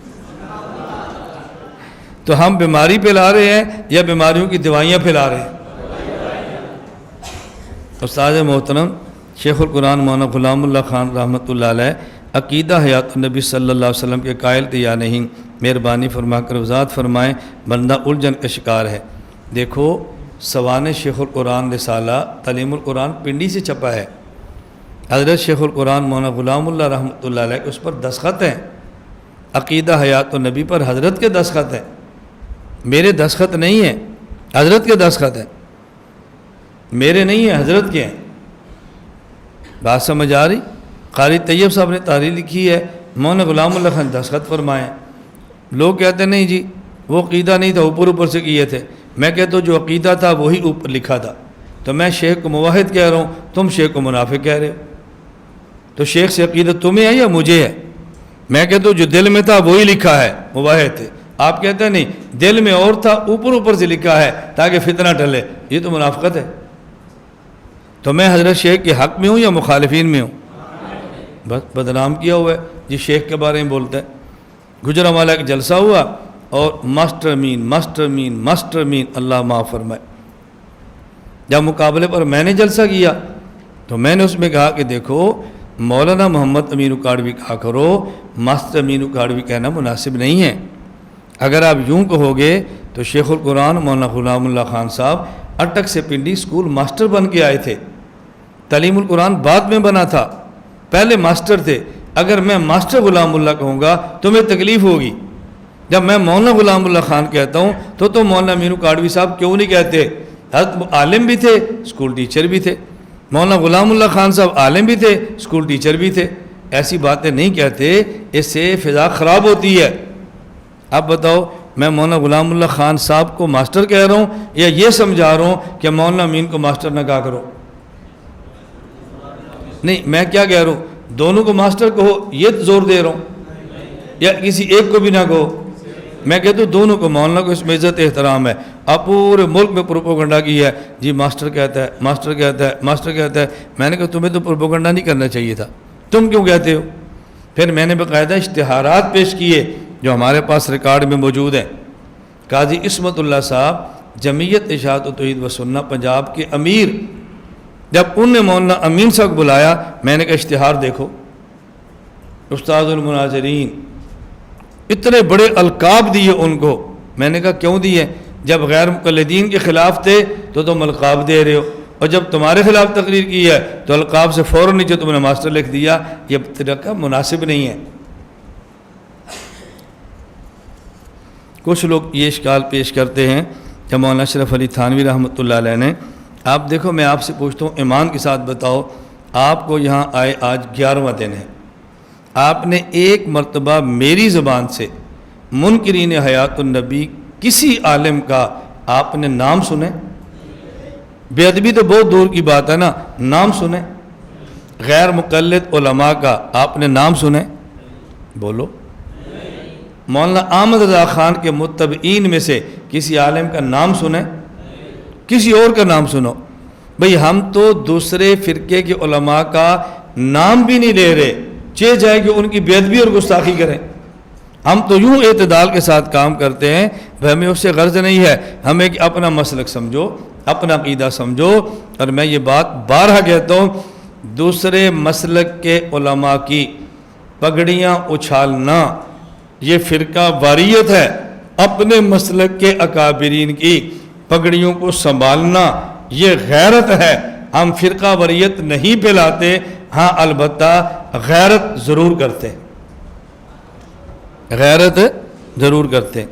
مولانا اشرف علی تھانوی رحمہ اللہ نے اپنی کتاب میں لکھا ہے، اگر دوران نماز حضور اقدس صلی اللہ علیہ وسلم کا خیال آ جائے تو نماز فاسد ہو جاتی ہے، اس کا اعادہ ضروری۔ برخلاف کے دوران نماز اگر کسی گدھے یا جانور کا خیال آ جائے تو نماز درست ہو جائے گی، فاسد نہیں ہوگی۔ حکیم الامت مولانا اشرف علی تھانوی رحمۃ اللہ علیہ نے کسی کتاب میں کہیں بھی یہ مسئلہ نہیں لکھا، یہ بالکل جھوٹ ہے۔ ایک مولوی صاحب سے پوچھا گیا، جو بندہ جمعہ والے دن عصر کے بعد 80 مرتبہ دروشی پڑھتا ہے، اس کے 80 سال کے صغیرہ گناہ معاف ہو جاتے ہیں، حالانکہ بندہ 80 سال کا ہوتا نہیں، اس کے گناہ کیسے معاف ہوتے ہیں؟ یہ حدیث موضوع ہے، اس کے بارے میں وضاحت فرمائیں۔ اب موضوع ہونے کی دلیل سمجھ آئی؟ بھائی چونکہ ہمیں حدیث کا معنی سمجھ نہیں آیا لہذا موضوع ہے۔ بھائی آپ یہ کو بھی ہمیں سمجھ نہیں آیا، ہمارا اشکال ہے دور کرو، اپنا اشکال دور نہیں کرانا، حدیث کو موضوع کہنا ہے۔ اس حدیث کا مطلب یہ ہے اگر کوئی بندہ 80 سال زندہ رہے اور 80 سال گناہ کرے تو یہ 80 بار درود شریف پڑھنے سے اس کے 80 سال کے گناہ بھی معاف ہو جائیں گے، یہ معنی ہوتا ہے۔ تمام انبیاء علیہ السلام مسجد اقصی میں محمد صلی اللہ علیہ وسلم کے پیچھے باجماعت نماز پڑھی، آیا یہ روح مال جسم کے ساتھ تھی یا صرف روح کے ساتھ تھی؟ ملا علی قاری رحمۃ اللہ علیہ فرماتے ہیں ان حقیقت الصلاۃ تکون بالاشباح دون الارواح، نماز ہوتی وہ ہے جو جسم کے ساتھ ہو، وہ ہوتی نہیں ہے جو روح کے ساتھ ہو، نماز تو ہے ہی وہ جو جسم کے ساتھ ہو۔